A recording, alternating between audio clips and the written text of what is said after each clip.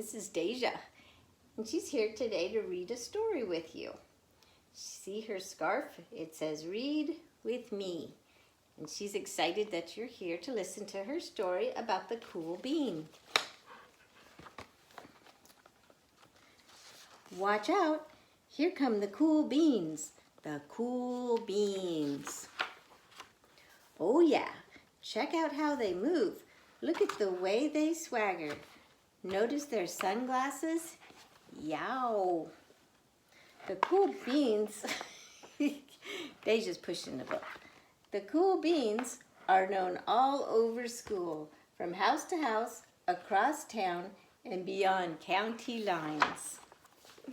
In the olden days, last year, we were all one big pot of beans. We were a mixed bag, but somehow it worked. Yep, those were the good old days, and then we stopped seeing each other as much. That's just how it is sometimes. You spend less time together, even though you're not totally sure why. I watched as the beans I knew so well, the beans from my own pod, became the cool beans. Oh, they were so cool. One of them could play the guitar. Cool. One of them could draw the best superheroes. Cool. One of them could jump higher than any bean I'd ever known. Cool. Me? Well, I mostly stayed the same. Sure, I made some small changes. I wore sunglasses. Too big. I slicked my hair back. Too slick. I strutted around. Ow! I swaggered. Oof!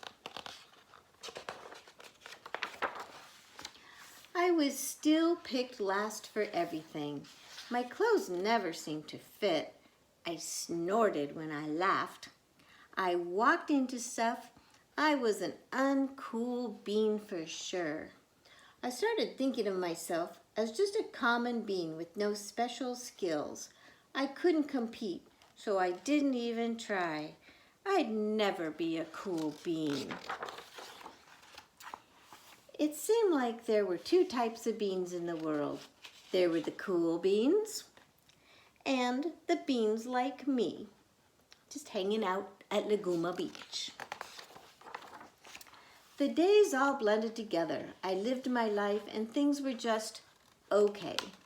I took tests and ate lunches and mostly kept to myself. I mean, sure, I missed them a bit, but it's not like I was going to say anything. I felt like all that coolness had gotten in the way of our friendship, and that's how it went until one day I was in the cafeteria. I dropped my lunch on my loafers. Oh no, not again. But then something sort of miraculous happened. Out of nowhere, one of the cool beans helped me clean it up. He didn't even say anything. He just gave me a nod. That was it. Later, I was out on the playground. I tripped and scraped my knee and maybe cried a little bit, and everybody saw it. Another one of the cool beans came to my side, and without a word, he dusted me off. That afternoon, I was sitting in class. I wasn't really paying attention, but I didn't notice, but our teacher had called on me. Everybody stared. I sat there in silence. Nobody said anything. And then everybody just laughed at me. That was it. After today, I was officially a has-been. But then one of the cool beans stood up and came over to me. Everybody watched. She leaned in close and whispered, "Hey, the teacher asked you to read from page 32. Then she gave me a quick wink and went back to her seat. It was a small gesture, sure, but it was also everything. I walked home with a goofy smile on my face. I smiled all the way through dinner. That made all the difference. It was a day that could have been really bad if it wasn't for the kindness of a few cool beans. It gave me a shred of confidence, that shred of confidence that has continued to grow. Somebody had my back, or a few somebodies.